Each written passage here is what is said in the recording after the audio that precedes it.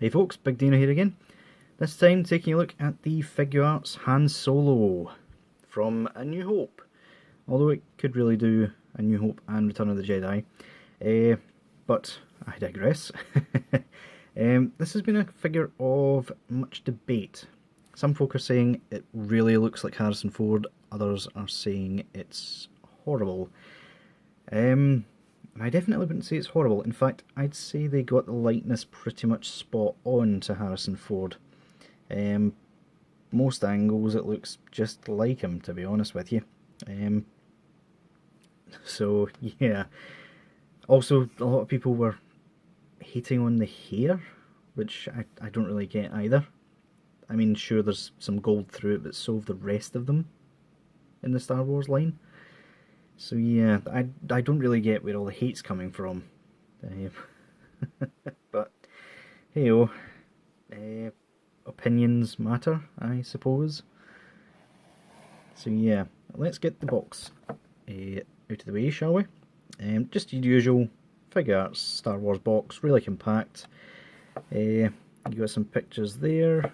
On the side, there's a lot of Tamashi's blurb, as usual. I think no one's actually told Tamashi that you've put the blurb on too many times. I mean, let's count it, shall we? 1, 2, 3, 4. That's 4 times. That's one in pretty much every side of the box. People do not need to know that it's a new standard that's 10 years old at this point. There's actually just poorly translated English. I mean, okay. But yeah, box is just the usual. In terms of accessories, he has 2 versions of his blaster. You've got one in the holster, which is actually pretty well moulded. A lot of people were asking why Tamashi likes doing that. Why they just give you, like for example, an empty holster, the gun, and the holster with the gun in it as a separate piece. The fact of the matter is that they don't want the paint to scratch. That's the main thing. I mean, these aren't figures that you play with. They're figures that you want to look good on your shelf. As such, the paint tends to be quite easy to scuff, because they use higher quality stuff than what the Black series, for example, is using. Plus, it looks a lot more streamlined, to be brutally honest with you. I mean, to be able to get it to fit in there, that would have to be twice the size and probably twice as long. Because plastic going into plastic isn't the same as a metal gun going into a leather holster. That's just the fact of the matter. So yeah, in terms of the rest of his accessories, he's actually lacking, unfortunately. I'll show you the gun first of all, which is very nicely detailed. I mean, what else can you really do with his personalised blaster? But yeah, I really like it. Would have been nice to see like we touch of silver at the gun barrel to show it coming out. But apart from that, he has 3 sets of hands. You've got these ones, which are his gloved hands. Bizarrely, they give you two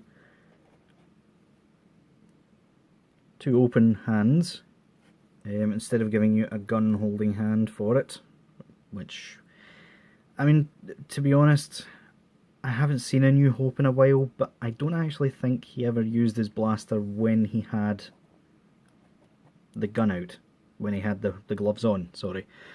He does have open hands with skin tone. He does have fist hands, one of which is on him. And he does have one specific hand for holding his DL, what is it, DL44?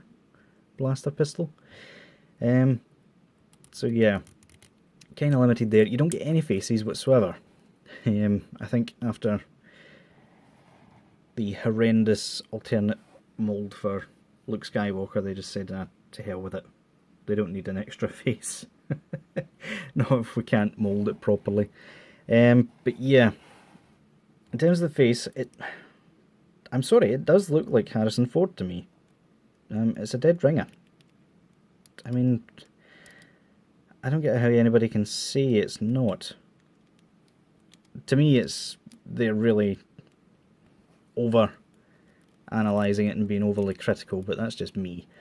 But yeah, as you can see from my first pose, he is very, very good at just standing there looking cool. Everything just sits where it's supposed to in terms of articulation. Speaking of which, you can look down really far, up an alright amount, not bad. Swivel, he has the same ball joint system that they tend to use on the Star Wars figures. So no double joints, but they're just as good. You can get that far. It's another one of the smaller joints, I believe. There we go, yep. Still a ball joint, but much smaller. Much easier to put on and take off than on the older Star Wars figures, especially Maul. But yeah, he has really good waist movement. I mean, look at that. He can look back really far as well. This piece is the same as Return of the Jedi Luke, in that it's sort of a diaper piece over the top of the actual joint system, which means on his holster you can actually see it pulls out. Now if I can pop this out at the bottom, there you go, you can actually see they've left more of the plastic than is actually necessary. Just, there we go. Nope, that's not going together very well. Hold on. There we go. Just need a firm push. So yeah, the feet don't have pull down at all, but they still get pretty good range because of the rubber piece. They also go out really far. And as you can see, because they've given you more plastic than is needed, that actually pulls out, and you don't get any limit to the range of motion at all on the gun hip, which is really good. Unfortunately it's a bit tight, so it doesn't really like going back in again, but once it is, it looks just as natural. Double jointed, well, not double jointed, just a big ball joint. Does the job, works fine for me. And you've got toe articulation and a ball joint at the bottom for some slight ankle pivot and tilt. But yeah, the only thing that bothers me is his red stripes. It takes quite a bit to get them into position, and the way they've made them is, in order to get him into his signature hero pose, there we go, they don't really line up. So yeah, bit of an oversight there, but we'll let them away with it.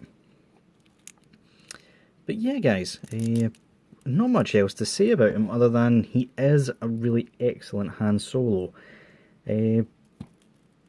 Hopefully we get some word of more of them.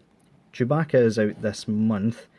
I don't think I'm going to be getting him though, because he's one of the few figures that doesn't really stand out to me. I mean, what am I kidding? I'll probably buy him, but I'm saying just now that I don't think he's worth it any more than the Black Series, because it's one of those rare moments where you don't really need the extra articulation. But yeah guys, that'll do it for this review. I'll see y'all later.